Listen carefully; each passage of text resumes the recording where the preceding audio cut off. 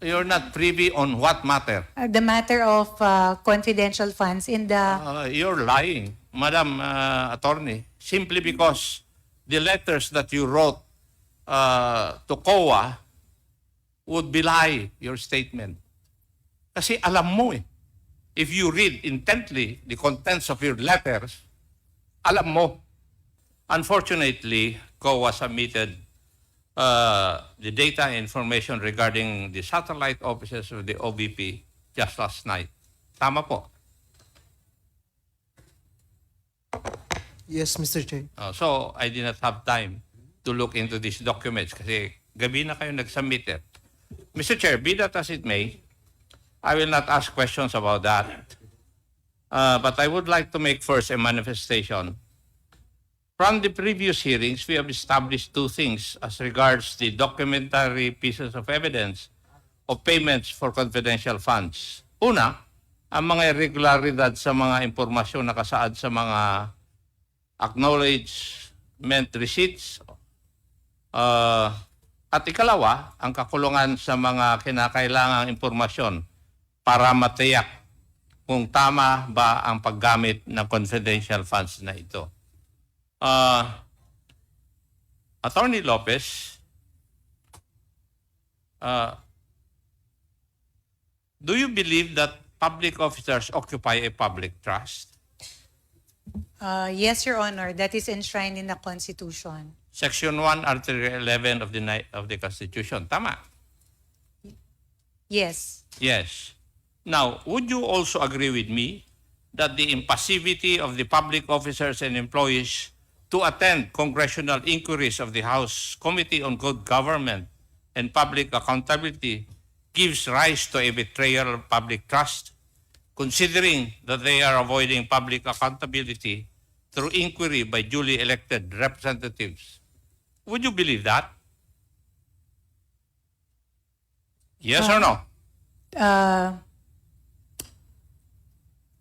Yes or no? Your Honor, may I be allowed to... Yes or no? I am asking if you believe it or not. Your Honor, You do not believe it? no, in the sense that it is not a betrayal of public trust, exactly, Your Honor. Because the decision to attend the hearing, Your Honor, is a personal one. No, because you are compelled if we issue a subpoena. It's not personal. Would you agree with that also? Yes, Your Honor, because if it's a subpoena, it becomes coercive. Yes. But in the end, respectfully, if it is an invitation, there is also a right on the end of the invitee to decline. I agree. But the end of that is that we can issue a subpoena Yes. that in is order correct. to force you to attend these hearings. Tama. Yes, Your Honor. O in that case, if you are forced to attend hearings and you do not attend, would that not also constitute a betrayal of public trust?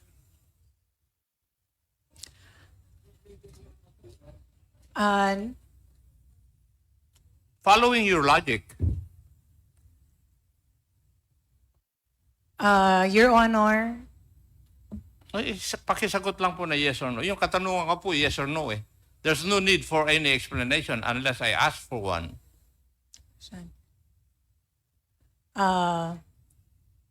it could be, Your Honor, yes. Thank you. Would you agree also with me that public officers must uphold public interest? Yes, Your Honor. Yes.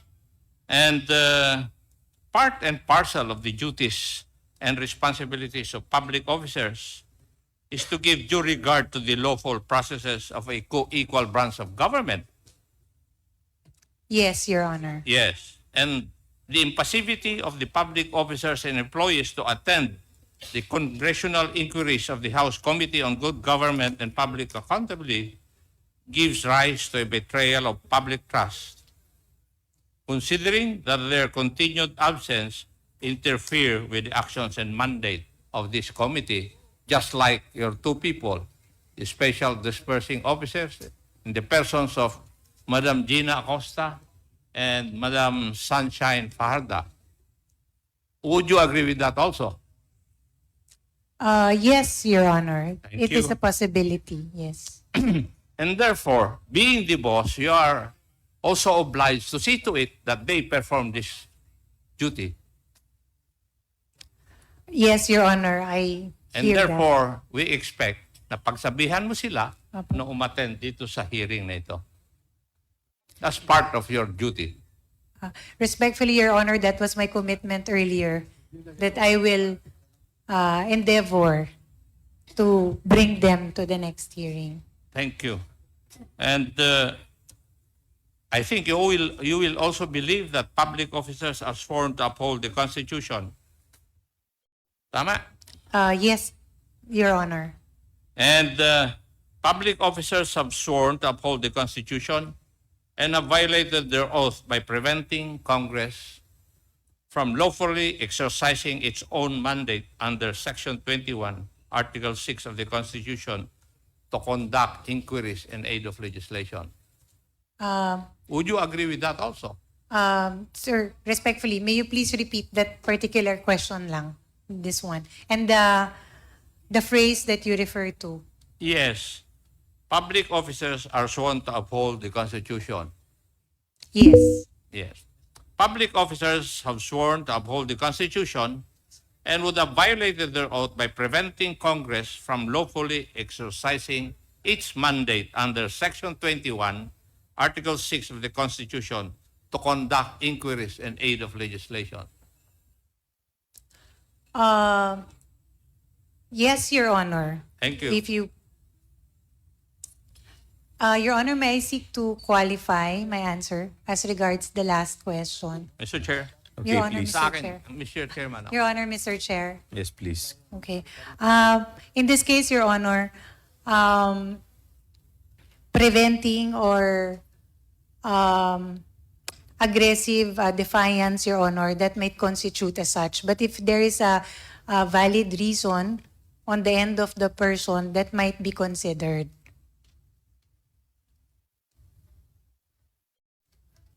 But again, aggressive and continued defiance without justification or reason, Your Honor, that may be taken as such. Congressman Akop. Thank you, ma'am. Thank you, Mr. Chair. But you will also believe that the queries of members of the committee remain and will remain unanswered if the responsible public officers or employees fail to elucidate on the subject issues by their continued absence. And the conspicuous absence of these public officers and employees of the Office of the Vice President causes immediate or threatened injury to the powers of this committee granted under the Constitution. Would you agree with that also? Yes, Your Honor. Okay. Yes. Thank you. And Mr. Chair, dahil po sa ginagawa ng mga tauhan under Attorney Lopez and under the Office of the Vice President, I believe that we can file administrative cases against the non-attending public officers and employees of the OVP before the Office of the Ombudsman. That is my point of view and my stand, Mr. Chair. Kasi they can be charged for misconduct and conduct prejudicial to the best interest of the service as a cause of action. Thank you, Mr. Chair. May I proceed? Please continue. Thank you. Clarificatory questions. Attorney Lopez, you are the Chief of Staff and Undersecretary under the Office of the Vice President. As such, you are the number 2 insofar as the OVP is concerned. Yes, Your Honor. Yes. And all those people under the Office of the President, Vice President. Vice President, kayo po ang tinitingnan na mataas maliban kay Vice President. Yes, after the Vice President. Yes. Being the Chief of Staff, kami po, ako, galing sa militar, galing sa pulis, yung mga iba, may mga opisina, meron silang mga Chief of Staff. And everybody of us will say na yung chief of staff ang nakakaalam lahat ng operations ng kanilang opisina. Would you agree with that?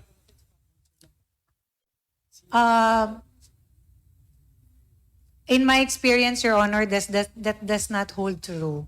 So I cannot agree to that. How long have you statement. been in the government service? More than 10 years, Your Honor. 10 years. Ako, more than 4 decades. I hear. At ang pagkaalam ko, yung chief of staff is the most knowledgeable among the staff of a head of office. In most cases, Your Honor, yes. That So is you're the correct. only exception? No, Your Honor, it is only in this matter that I am not privy to. You're not privy on what matter? The matter of confidential funds in the... You're lying, Madam Attorney, simply because the letters that you wrote to COA would belie your statement. Kasi alam mo eh. If you read intently the contents of your letters, alam mo. How can you explain yung AOM?